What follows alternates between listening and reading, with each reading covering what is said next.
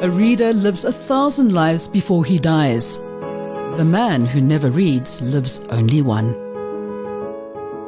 Come into the reading room, all you lovers of language and literature. This is the place for those of us who believe that reading is essential as we seek to rise above the ordinary, and the reading room contains a host of extraordinary people, leading lights of the written word. Authors, literary critics, columnists and ideas people will tantalize your minds with their wordplay while discussing the ideas and worldviews that form our wonderful literary milieu. Come step into a world of magic, the place of undiscovered treasures, a room of reading.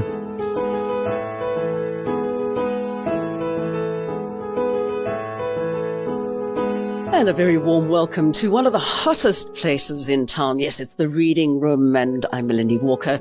Making it really heat up in this space today is somebody who I have been a fangirl of ever since I read his very, very first book. And that's the message he got from me, saying, hey, I would love to talk to you because I'm a huge fangirl. And to my surprise, the gentleman said yes. All the way from Cape Town, we have Deon Meyer in the reading room with me today. Thank you so much for agreeing to have a chat. Hi, Melanie. Thanks for having me. It's a real pleasure and a privilege. And thanks for reading my books. I knew there was one fan out there. There's a lot of fans out there. Not to blow my own trumpet, but when my gardening book launched, and we had this whole thing at the place where they did the launch here in Johannesburg, all I was caring about was the fact that one of my journalist friends had actually got a copy of your latest book and had brought it to the launch for me. And so she took a picture of me with your book at my launch, which I thought was a much better idea. I love your books. No, I mean, I think that, you know what it is that you've created a character, and I know you don't just write about Bennie Griessel, but for many people, it's so lovely to have that continuity of having a character that we can really engage with, and that we get excited. And I mean, that's one thing with majority of the people whose books I read, I will keep going back to them because I think it's like John Sanford with Lucas Davenport and, of course, Lee Child with Jack Reacher. Your books with Bennie Griessel, because he is so South African, it just makes us want to read them more. And he's, I think, like up there with all of those other Avatar characters. Where did he come from? Bennie was an accident, really. My first translated book, which was my second novel in Afrikaans, the English title, Dead Before Dying. My protagonist, Mathieu Bear, he was slowly working up to have his first necking with a lovely young lady in, I think, 2 or 3 years. But I knew, in terms of the book structure, that it was too early for him to have that sort of growth as a character, to have that, in his character arc, that was just too early.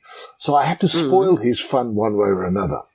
And I didn't give it a lot of thought. I thought, well, I'll have one of his other policeman colleagues, walk in on him, and I'll create this character as he's got to be drunk to be able to do what he has to do to spoil the protagonist's fun.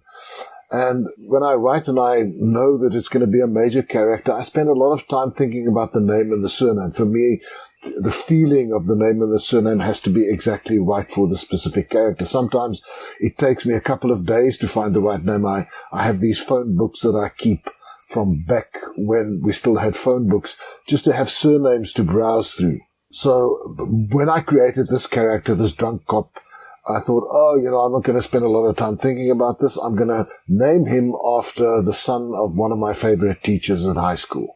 Because in my head, I sort of saw someone that looked faintly like Bennie Griessel. One of my favorite high school teachers was Mr. Ben Griessel, and he had a son, Bennie, and we knew each other fairly well. And I thought, well, he sort of looks like that Bennie Griessel. I'll just call him Bennie Griessel, and it'll be a bit of fun with the real Bennie Griessel too. And was he quite chuffed about the fact that you'd named your character after him? I will tell you a story about that in a second. So I created this character. I had him walk in, and he was a lot of fun to write about. And then a few pages later, I realized, well, I sort of need that guy back again. And as I wrote the book, this Bennie Griessel character, and maybe it's because he he was colorful. Maybe it was because he was not your normal protagonist. I realized I was having a lot of fun writing about him. And by the end of that book, he had become a much bigger and more major character than I ever anticipated. And I thought, well, this was a real pleasure to write about him. So maybe I'll bring him back. If I can find a story that suits him, I will definitely pursue him as a protagonist sometime in future. Getting back to your question about the real Bennie Griessel, he loved the idea, and he tells the story. He lives out in Blobergstrand on the West Coast, and he loves telling the story that every December when there's a new novel out, he walks on the beach and all these lovely bikini-clad ladies are on the beach reading my book. And then he goes up and he says it's the greatest pickup line in the world. Hi, my name is Bennie Griessel. And apparently it works for him. I love it. I'm going to have to go down there and stalk him somewhere on the beach after I'm finished with stalking with you. But that's an interesting thing. I mean, you're talking about creating the characters, and this is one of the things that I see a lot of people when you see reviews of your books, is the fact that so many people love the idea that your books are about your characters. And for many people, as I said, that is what it is about. It's not just about moving the story along so much. Your characters will do that. But the fleshing out of your characters is just so on point that it just makes it so believable, especially for South Africans and in a South African context. I'm very happy to hear that. For me, story is paramount. I always start with the story first, because I think if the story works, then it makes life a lot easier. But as you start, then you start asking yourself, what would my characters do when they are confronted with whatever is happening in the story? And it also helps that I try to understand my characters. With every major character that I create, I don't do character sketches on paper, but I will think a lot about where they come from, what was their upbringing, where did they grow up, what were the circumstances, what were those major psychological events in their lives that shaped them and made them into who they are today. With policemen and women, it gets more interesting, because through the years I've done a lot of research. I've spoken to a lot of detectives. As a newspaper reporter, I did crime as a beat as well. So I know that environment. And I also know that, especially in South Africa, our policemen and women are plagued by post-traumatic stress disorder, simply because of the crime scenes that they visit and the things that they see and the people that they have to chase and catch. So you have to ask yourself, how would each of my characters cope with this? Bennie Griessel, for instance, that's the reason why he drinks. It's a softening of the PTSD. Von Cupido, on the other hand, for him it's easier, and he jokes about everything. He doesn't take things as serious. So you have to ask yourself, as the writer, with every character, who they are and how would they specifically react to whatever is put, that you as an author put in front of them. So, I mean, for you, though, when you're writing, do you often think, everybody's expecting you to bring out another Bennie Griessel book? Okay. Do you feel that sometimes you want to go and create a book about somebody else, about something completely different? Or are you quite happy carrying on with Bennie? We're quite happy with you carrying on with Bennie, I have to tell you that, okay?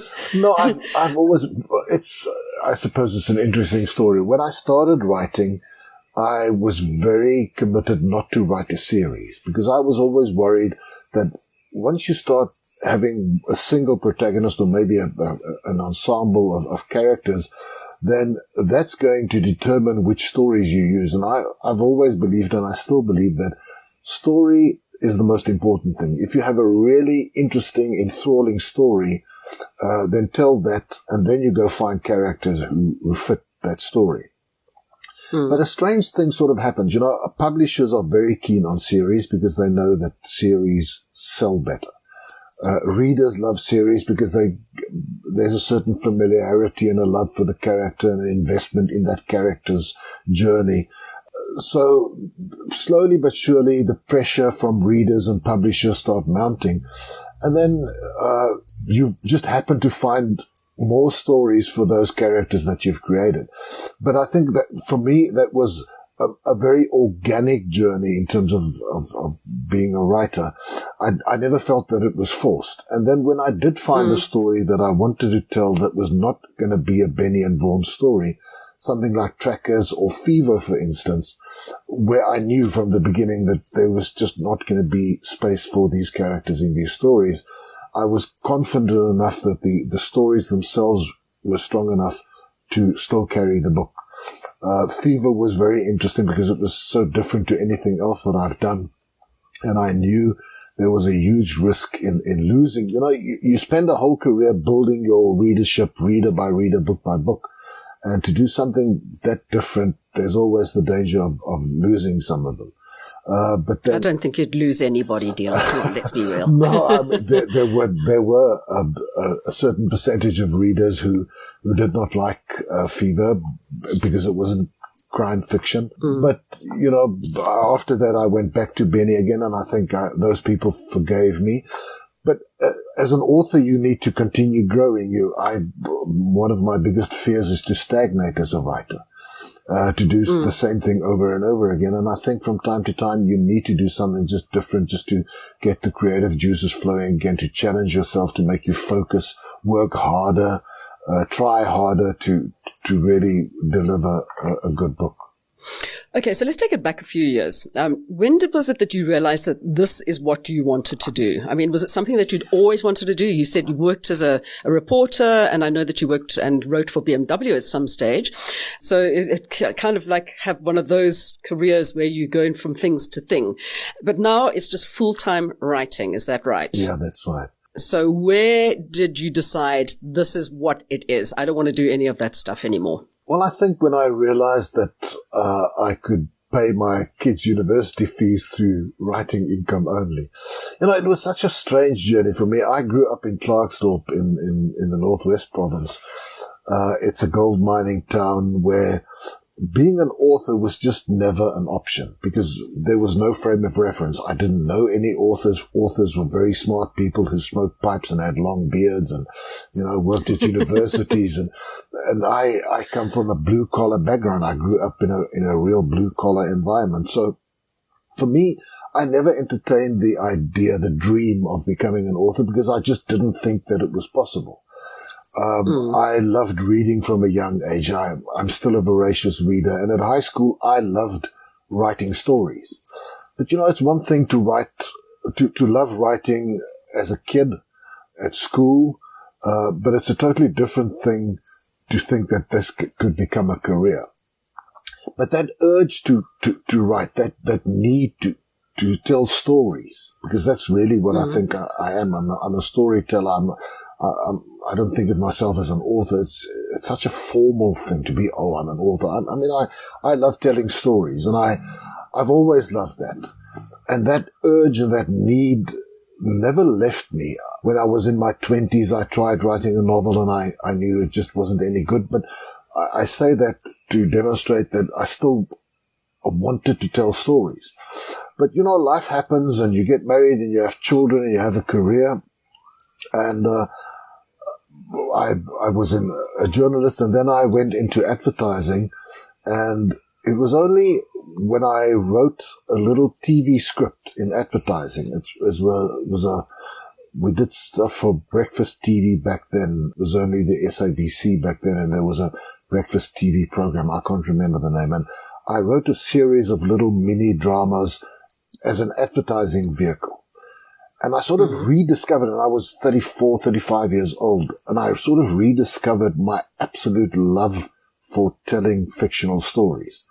And that got me going again. I was also a single parent with 2 kids in my care back then, a single breadwinner.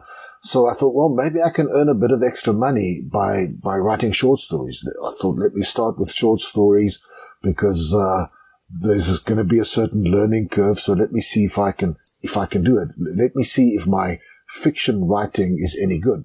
So I started writing short stories, sent them to magazines. I started selling, and it took me a couple of years before I had the courage to start a first novel.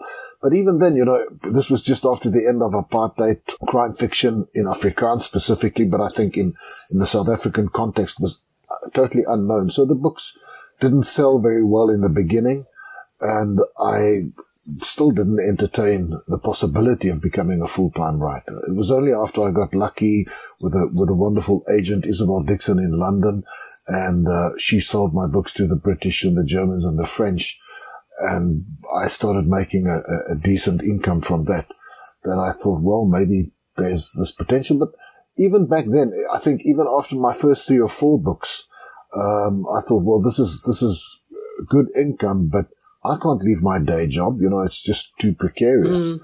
And I made sure, I can't remember exactly, I think it was after my 5th novel that I realized that the books continue to sell overseas and the income is of such a standard that if I build up a big enough nest egg just to make sure that if something bad happens that I'll be okay, then I can start thinking about becoming a full-time author.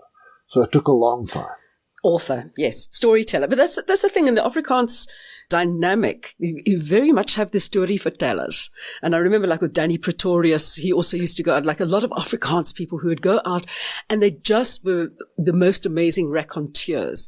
And that's what it's about. There is this history of storytelling in the older generation, which doesn't seem to have translated all that much. And I think that's where a lot of younger people's imaginations will have come from. And I'm just wondering if we're going to see a slackening off of like really intelligent and thought-provoking writing coming through from the younger generation, because they don't have that same input where we'd sit around the fire and listen to stories. And I'm sure that's pretty much how you grew up. Yeah, absolutely. So, yeah, hopefully from the Afrikaans point of view, I mean, it is, South Africa has a very, very different thing. And I'm so amazed by the amount of wonderful writers there are coming out, and especially in the crime fiction things. I mean, I just think of Lauren Bierkus and Margie Orford and yourself and Mike Nicol. The 4 of you, those are the 4 greats for me here in South Africa. I know there are more, but that's the way it goes. But now, how many books have you actually written all in all? I was trying to work out, not just in Afrikaans. I mean, did you do all the translations from the English, the Afrikaans ones into English? No. Do you have somebody else doing that? I have Laura Segers. She's out of Graafrenet. We've been working together for a long time now. Madeleine, the late great Madeleine van Bouillon translated my first 3 or 4 books into English. And then when Madeleine passed, Laura became our translator. For me, it would be incomprehensible to translate my own work. I mean, it's hard enough to write the book once. To write it again would be really very hard. And then who does the translations into German and French and all of that? And the question is any of the story lost because of the very true South Africanisms, which would be so relevant to us here reading it at home as opposed to people overseas reading it? The Afrikaans is used in the translation of the French, the German, the Dutch, and I'm forgetting one. Oh, and the Norwegian, strangely enough. People who can speak Afrikaans, who understand Afrikaans, who translate it. Some of them also use the English translation.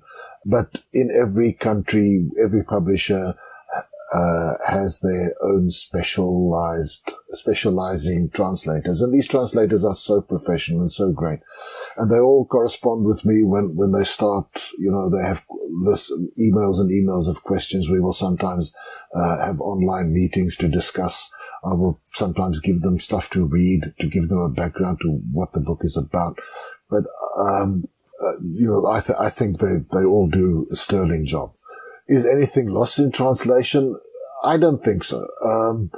Obviously, if I write in Afrikaans and I use and Vaughan Cupido speaks in the Cape Flats vernacular, then only people who can understand Afrikaans will have any appreciation of that. It's impossible to translate that. There might be some South African in-jokes or some South African context that South Africans will get more and better than overseas readers. But I think story and the humanity of characters, those are international. That works in any culture, in any language. And if you can get that right, then nothing gets lost in translation. If we read a Michael Connolly or a Lee Child that's set in America, I'm sure there are local nuances that are lost on South African readers, but the stories and the characters are so interesting that we don't even know what we're missing. So it's something that I don't worry about. My job is to try and write a story that is gripping, that will enthrall readers from the beginning to the end. And if I can do that, then I'm quite happy that they will travel well. Now, when it comes to writing the story, okay, do you plan the entire book ahead of time? Do you know how it's going to finish, how it's going to go from the beginning to the end? Or do you make it up as you go along chapter by chapter? Because I know there's all these different ways of writing. Which is your style? It's sort of a mixture of the two. I'm a very slow worker and a slow writer, especially the first half of the book. But I will spend a lot of time thinking about the story. Often, mostly 2 or 3 ideas come together, and then I realize, well, this is a cool story. It gets me all excited and passionate. And then I will have a very broad idea of where I should start and one potential ending. But I'm also happy that if that's not the final ending, then that's great too. Writing it's a marathon, it's a process, and just the research. When you know what the book is going to be about and you start doing research, you unearth so many great nuggets of information that multiplies your creative choices. It gives you so many more choices to what you're going to do in the book. And that research starts a few months before I start the book, and it ends when I write the last page. So there's always more ideas that you're confronted with that you can choose from. 50% of my books ended more or less the way I thought from the very beginning, and 50% had totally different endings. The American author E.L. Doctorow said, for him and for me, it's very much the same thing as, you know where you're going to start. I think that's the very first thing. And you know in what direction you're going. But it's a lot like driving in a car at night. I know I'm going north and I'll end up, let's say, somewhere near Pretoria. But all I can see is what is illuminated by the headlights, which is the next 2 or 3 chapters. And you discover the story on your way to this destination that you have in mind. You sort of discover the story in that process. And sometimes that destination changes early in the book, halfway through, almost near the end. But you can always see the next few chapters ahead. And that's the way that I love writing. For me, that's exciting and it's interesting. And it also keeps my creative choices open. If I had to plan the book on paper before I started writing, I would feel blocked by that. There are no other options. I love to keep my options open and determine in the writing process if this is working or not. No constraints. No constraints. It's a lekker road trip, ne? Exactly. I love that analogy. I'm actually sitting there and immediately I'm going off through the desert now on the roads less traveled, seeing what comes up and going around that corner, checking it out. I think that's a lovely way to be writing. So, it's a lot of, not just researching on facts, but researching on life. Do you ever go into, like if you hear about a character, of somebody, might have been a historical character or even just somebody that you happen to have bumped into, do you use them as kind of models for characters that you're going to create as well? Or are these just people that kind of inhabit your head? No, you refer to what you know. And I love talking to people. I love hearing people's stories. I think the first thing, and it's something that I learned over the years, I think the more the author has lived, the more you've experienced of life as a human being, I think the better you can relate to your characters, because the chances are that you've been confronted with certain of the things that the characters are confronted with, whether it's poverty, whether it's emotional stress, whether it's, falling in love or falling out of love or whatever the case may be. So just living, I think, is very important for an author to live life to the fullest so that you can have all these experiences to tap into when you write. But secondly, talk to people. I do that as much as I can. I find people fascinating. And of course, reading about psychology, trying to understand what makes people tick, is something that always fascinates me. People how they tick. Okay. So this is one thing. You have your very clean cut characters like Reacher, who's quite a clean cut kind of guy. He's a down and dirty kind of guy. Lucas Davenport, he's a pillar of the society. But then you have people like from Scandinavia, like Harry Hole, okay, who's a kind of a more dark version, I would say, of Bennie Griessel. Why is it that people really enjoy the more down on their luck characters? Especially if they're the flawed heroes. Why are people so enamored of them, wherever they're in the world that they come from? Because, I mean, you've got people coming from the dark, dingy kind of back corners of somewhere in Norway, to the streets and the V&A waterfront in Cape Town. What is it that makes these people so entrancing to the reader? I think it's a combination of things. I think, first of all, most people love an underdog. If you look at World Cup football, for instance, people have their favorite team and then they have the underdog that they support. I think it's a very human thing to root for someone.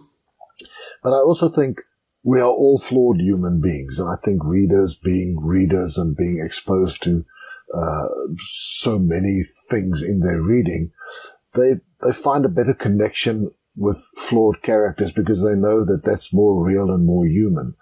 And then thirdly, conflict is the mother of suspense. So if you create a character with flaws, she or he is also going to battle those flaws to go on their journey and achieve what they hope to achieve. And I think it adds to the suspense. It adds to the reader's buy-in of the story, and a more pleasurable reading experience, I think. Okay, so when is the next Bennie book coming out? I always want to say Bennie book for him. Taking myself back to the past whenever I hear the name Bennie. But everybody knows that name. Yeah, I'm very happy that is the case. I'm working very hard on a new Bennie novel at the moment. We've been so busy with television and movie work in the last 6 months that I'm way behind schedule. So I'm trying to catch up at the moment. But as I said, I'm not a very quick writer. So, and I know that I have to take my time to make sure that the quality is there. So at this stage, I am not at liberty to say when the next one will be available. It'll get there when it gets there, Melanie. Exactly. Be patient. Yeah. Let's take it a step back there. Film and television stuff. I saw that you'd had quite a few of the stories optioned, not just here, but also abroad, to be turned into TV movies or movies themselves. What is happening with that? There are so many exciting things happening at the moment, and your timing is just a little bit off. We will probably be able to make big announcements in the next month or so. But let me be as vague as I dare to be. There's a movie, an international movie based on one of my books that has been greenlit. And can I be in it? Please, can I be in it? I'm sure we can make a plan. We are going into pre-production very soon. There's a TV series that is starting pre-production next week that I think I'm so excited about it. It's going to be very cool. But again, I think next week they'll probably make an announcement on this, and it's going to be very exciting. And then we are working on 2 other series as well that hasn't been greenlit yet. We're still in the preparation phase. We're still writing the scripts and the series Bible and that sort of thing. But this is really a great time for authors who have intellectual property, because all the streaming services, all the broadcasters are looking for African stories. That, I think, is the thing that excites me most, is that a lot of these big streamers and broadcasters are looking at new markets to expand their subscriber base. And they've come to Africa, they've come to South Africa, and a lot of things are happening. I'm very, very excited for you. I think it's absolutely fantastic. But as I said, even if you need somebody to just carry your books for you, carry, your pens and paper, I'm quite happy to come along and do that. I have somewhere to stay in Cape Town. That's not a problem. Wonderful. Now, you've got so many fans all over the world, and it seems that the French are some of your biggest fans. Now, one of my very good friends who read a weekly podcast, from SA People, and she's a huge fan of yours as well. She just tells me, it's so amazing. You walk into the train station where she's down in the south of France, and there's this big poster review, with your book. So, I mean, the French are completely mad about you. And of course, then you got given the Chevalier des Arts et des Lettres. My French is awful. But that's basically an award for you, the Knight of Arts and Literature in France. How did that come about, and why French? I mean, are you full on a Francophile, or what was that all about? I absolutely adore France and the French and French cooking and the French landscape and French culture. It came about simply because I had really great editors and publishers in France. I think the French, as a matter of fact, I think most of Northern Europe are more inclined to read fiction from exotic locales like South Africa or South America or wherever. The Americans are not so keen. They love reading about things happening in America. But in Europe, I think authors, especially from Africa, have a better opportunity and chance to find a publisher and to become successful. I think the essence of my relationship with France has been through the books. They sold well. I think the very first literary prize I won was in France, and that made a big difference. And the French readers just started supporting me, which I will be eternally grateful to them for. And I've done so many festivals there, and my wife Marianne and I, we discovered Bordeaux, and we go back there every year for a month or two. We keep 2 bicycles there and live like locals, and that has been very special. So, it's been a relationship that has come a long way, and I'm just delighted with it. I'm so grateful that the French read my books. Are you going to take Bennie Griessel on holiday there at some stage? Well, I think, with Benny's alcohol problem and all that wine being available, I'm not sure that's well, the wine might be problematic. Yeah. It's always I wrote a book called The Last Hunt, which happens in Paris and Bordeaux, but Benny didn't get the opportunity to go. You have to keep it real in those terms and realistic. When South African policemen and women investigate local cases, they don't get to go overseas. So if I find a story that I can take Benny and Vaughan overseas, I will, but so far I haven't. They've come to visit you when you're in Bordeaux drinking wine. Come on, they need to come and see what's happened to this famous crime writer.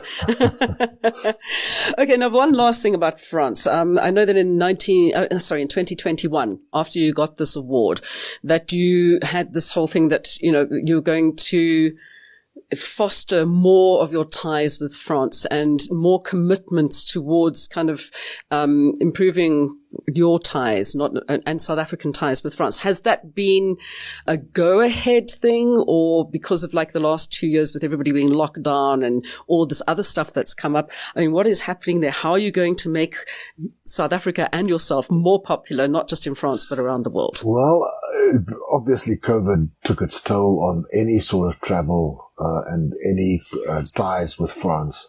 But I've been to 2 French festivals this year. The great one in Lyon called Quai de Pollard, which is a crime fiction festival. It's one of the biggest in Europe, in the beautiful city of Lyon. And we had a wonderful evening there where a young South African chef was flown to Lyon, and in a restaurant we had this wonderful evening where a Lyonnaise bouchon chef and a South African chef cooked together, and it was a 10-dish tasting menu, 1 French, 1 South African. So just to share, and she cooked such wonderful Western Cape traditional dishes, obviously in much more sophisticated fashion. So we shared the South African cuisine with the French.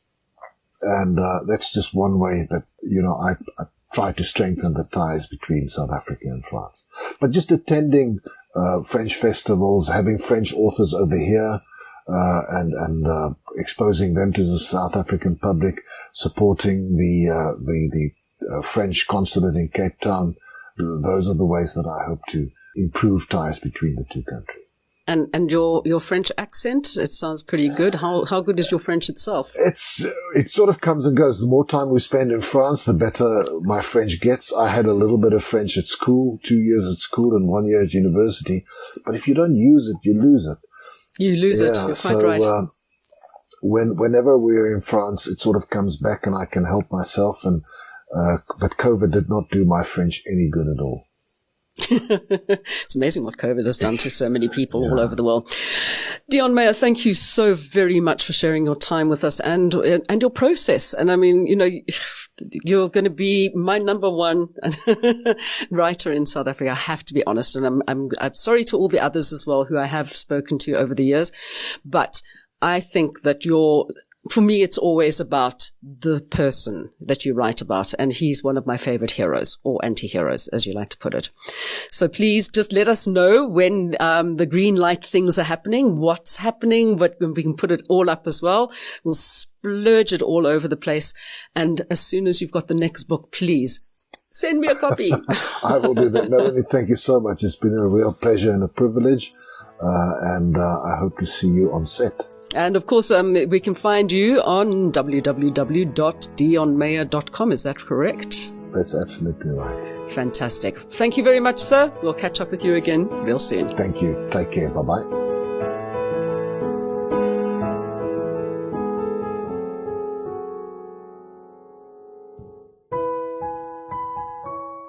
You've been listening to another production from Solid Gold Podcasts.